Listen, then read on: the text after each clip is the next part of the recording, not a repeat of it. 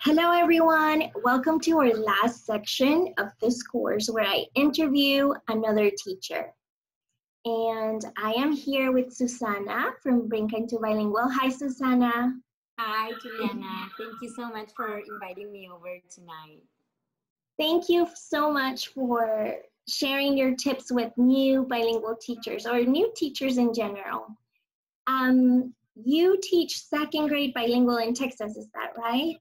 Yes, that's correct, ma'am. I've been teaching in Texas for 4 years, and I'm really excited to show you what I have, for you today.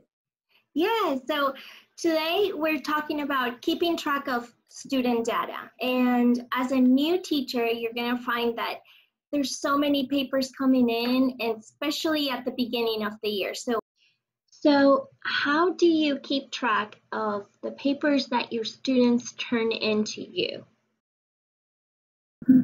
So the first thing that I usually do with my classroom is that we have a student binder. This is mine, just to show you as an example. Mhm.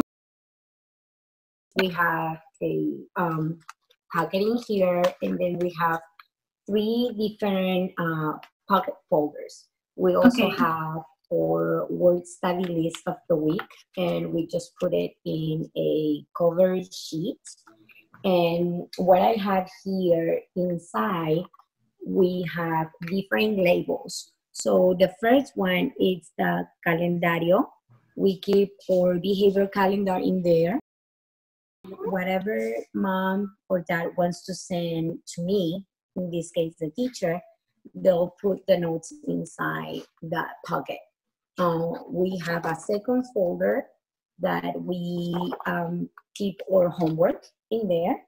In this case, usually I keep the math homework inside because we keep our word study homework in our notebook. And then we have the last one, which is dejar en casa, usually tests or anything, any quizzes or anything that we want to stay at home. Awesome. Another one that is traer a la escuela. That means any field trip permissions or anything that the teacher needs back. We will keep it in there. And then in the back of our binder, we keep some just blank paper so mom and dad can use those if they want to write a quick note, change of transportation, anything that they want to send in the folder, they can use that paper. I do this because it works for me, and it's been something that I've been using since I started teaching, because my mentor teacher taught me how to do it, and I thought it was great. And throughout the years, I've been changing and adding and adapting the folder based on what I have experienced. So you do what it works for you. Yes, okay. And so you basically answered my next question, which was, how about assessments? But inside this folder, you put the assessments, like Exactly. So what we do usually, we do Fridays is usually an assessment day for us. So I have the weekend to grade my papers, and usually Mondays or Tuesdays, those are the days that I send out papers. So yes, this is perfect. And that's amazing because it saves so much time. So all you have to do is print these labels, get the binders and the folders, and just set them up. Yes, and honestly, in second grade, we actually assemble it together. That's amazing. Yes, because the first week, remember, it's always about Routine, establishing routines, and they're just days that they just need a little brain break. So what I do, I explain to them, look, this is a gift I got for you, or this is what I have for you. We're gonna take care of it, and we emphasize how one of the rules that is taking care of our materials. So we have all these discussions while we are putting it together, and they're also following instructions because I show them where to put what folder in what order. So that's perfect. And now, do you have any other organizational tips that you want to share? Well, I wanted to show you some of the things that I do besides all the paperwork and all the craziness that you will have at the beginning of the school year. I wanted to show you how I keep my data organized as well. So I have two different folders. Oh, let's say I have a folder and then I have a hanging folder. I have a guided reading. I have hanging papers. Yes, hanging folder. That's what I was going to ask you. Yes, so that goes along with the hanging folders because I don't keep everything in that binder. I don't want to be carrying tests. I don't want to be carrying paperwork that I don't need at all times. What I really learned on my second year of school is that you just need to keep everything recorded.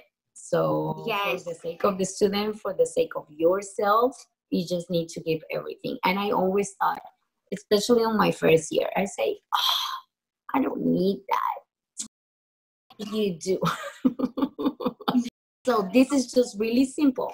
All you have to do, and what it is a parent conversation logs. Okay. So what pretty much is when you have a phone call, whether you like it or whether it's a good phone call, you write it down.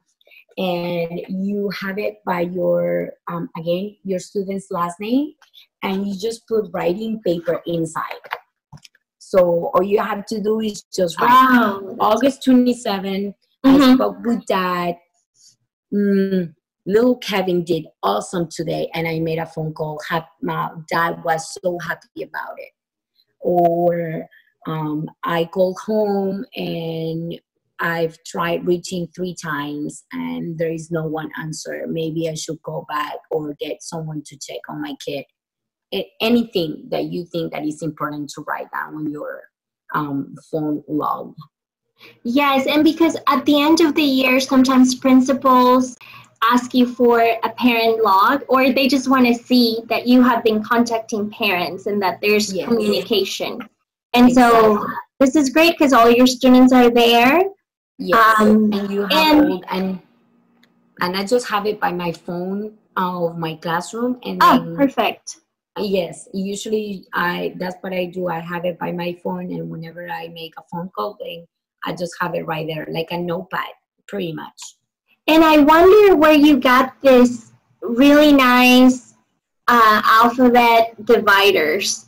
Okay, so I honestly, I think they're Avery brand, if I'm pronouncing it well. Avery, yeah. Avery, yes, they're Avery, and I've seen them at Walmart and I've seen them at Target. So I will find them and I will put them on an Amazon wish list that I created where it's organized, and everything that I buy for my classroom, I just put it in there. So if you want this, the same thing that Susana has, which I'm going to buy too, I'm going to do everything that Susana I learned so much.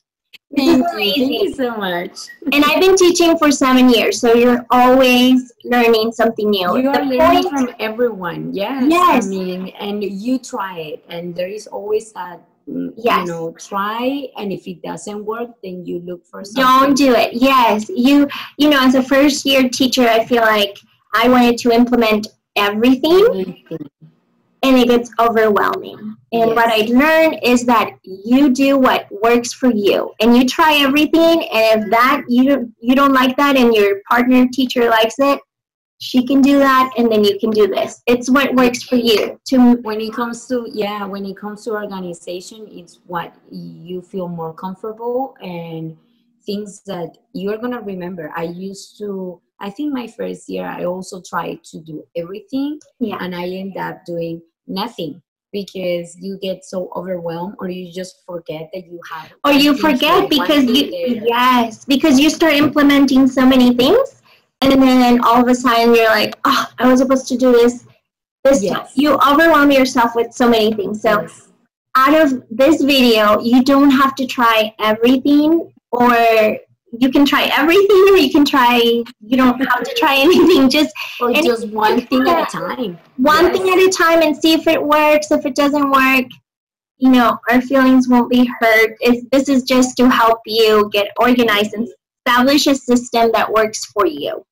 Yes, exactly. So I think you answered my last question, which was, do you use portfolios? And the portfolios are basically the hanging folders that you're doing. Yes, exactly. As well as the reading groups, because you and the use reading that data as well. Yes, ma'am. Yeah, because I know that some teachers use binders, and they have this beautiful binder, kind of like this, and they put the kids' names here, and then all of their work. I haven't done that.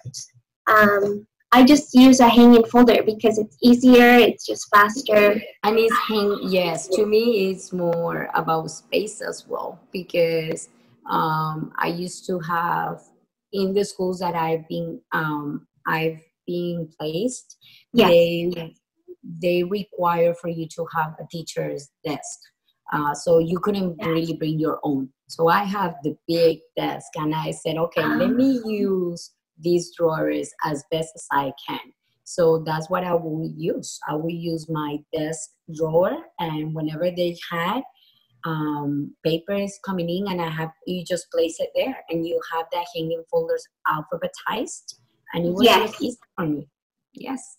That's amazing. So I also think you answered this question, which was, do you send work home every day? And you said you graded on Friday, on the weekend, because assessments are usually on Fridays, and then you send it home on Monday or Tuesday. Yes.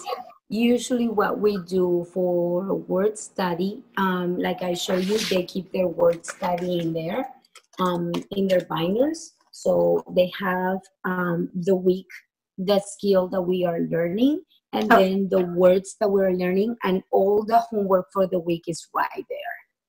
So they keep it in there. And for math homework, I usually send them on Mondays as well, depending on the skill that we're working at.